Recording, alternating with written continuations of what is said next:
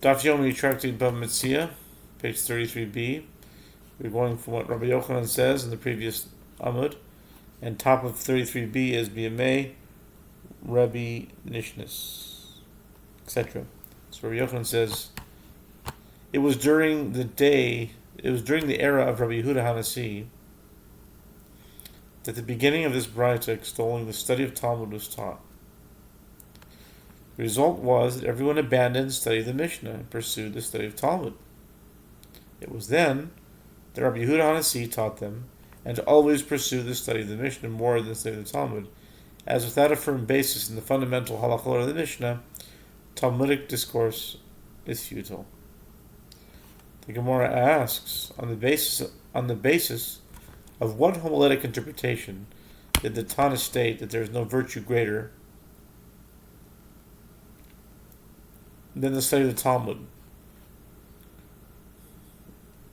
It is just as Rabbi Yehuda, son of Rabbi Eli, interpreted homiletically.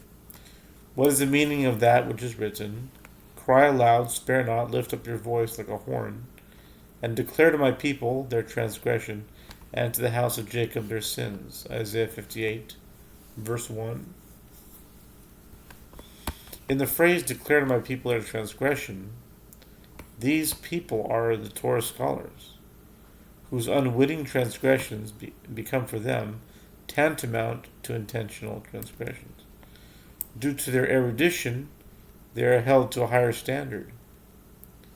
And to the house of Jacob their sins, these are the ignoramuses, whose intentional transgressions become for them tantamount to unwitting transgressions, due to their lack of erudition. They are held to a lower standard.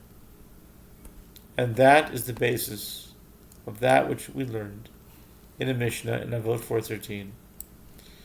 That Rabbi Yehuda says, be careful in the study of Talmud, as a transgression based on an unwitting misinterpretation of Talmud is considered an intentional transgression.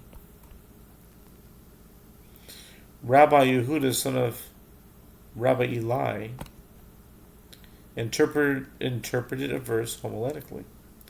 What is the meaning of that which is written? Hear the word of the Lord, you who tremble at his word. Your brothers that hate you, that ostracize you for my name's sake, have said, let the Lord be glorified, that we may gaze upon your joy, but they shall be ashamed. Isaiah 66, verse 5. Hear the words of the Lord, you who tremble at his word. These are Torah scholars. Your brothers have said, these are the masters of the Bible, who are aware of their shortcomings and treat the Torah scholars with deference. That hate you, these are the masters of the Mishnah, who consider themselves equals of Torah scholars and resent the fact that the Torah scholars do not treat them as equals. That ostracize you, these are the ignoramuses who distance themselves with their actions from the Torah scholars. Lest you say, with regard to those groups who are not Torah scholars, that their hope has ceased and their chances are eliminated. The verse states that we may gaze upon your joy. And all the Jewish people, including the groups listed above, will gaze upon the joy of the Torah scholars. Lest you say that the Jewish people will be ashamed, the verse states, but they shall be ashamed, meaning the Gentiles will be ashamed, but the Jewish people will be joyous. Hadron Alach Elu Metzias. This concludes the second chapter of Tractate Bava Metzia, called Elu Metzias. New Mishnah and new Perek, the third Perek called Hamafkid. The Mishnah says, in the case of one who deposits an animal or vessels with another, who is acting as an unpaid bailee, and they were stolen or they were lost, and the bailee paid the owner the value of the deposit, and did not wish to take on an oath that he did not misappropriate the item, and that he was not negligent in safeguarding it, that will affect who keeps the deposit if it is found or returned. The bailey may also choose to take the oath. As the sages said, an unpaid bailey takes an oath, and he is thereby released from the liability to pay the owner.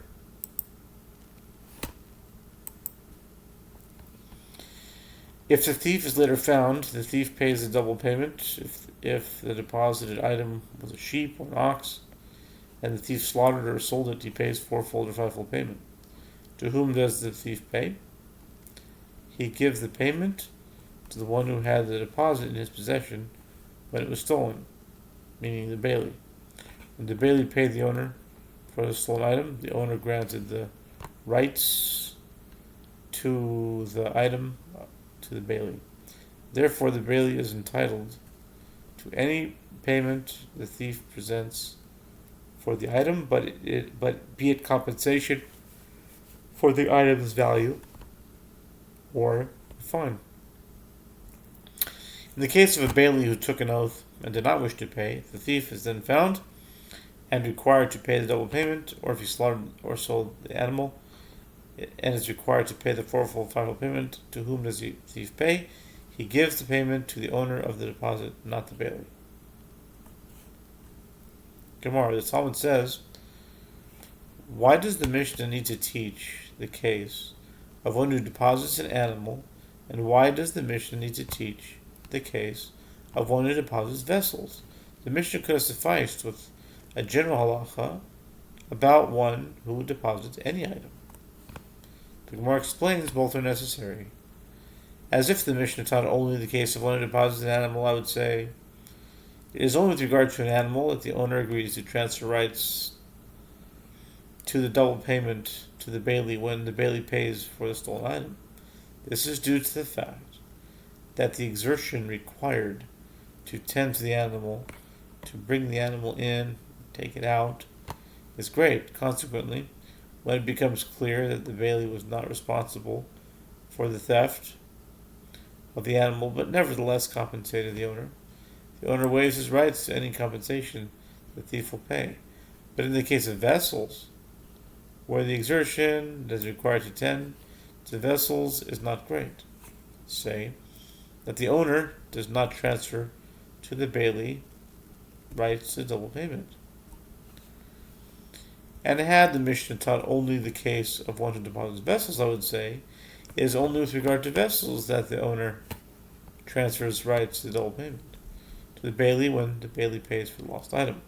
This is due to the fact that double payment, in their case, is not substantial, as that in the maximum payment that he could receive. But in the case of the animal, or if the thief slaughtered or sold it, he pays fourfold or fivefold payment, which is substantial, I would say, that the owner does not transfer the rights to the double payment of the bailey. Therefore, both cases are necessary. Rami Bar Chama objects to the fundamental reasoning.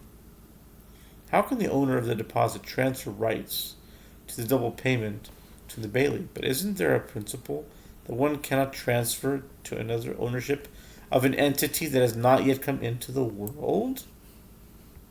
Since the thief was not yet liable to pay the double payment when the bailey paid the owner for the item, there was no way to transfer rights to that payment to another person. And even according to a mayor who says that a person can transfer to another ownership of an entity that has not yet come into the world, that statement applies to items such as the fruits of a date palm, which are likely to come into being as they grow on a regular basis. But here, where the transfer of rights to the payment is part of the initial agreement between the owner and the bailey, taking effect when the item is deposited, and we shall continue on, God willing, on 34a.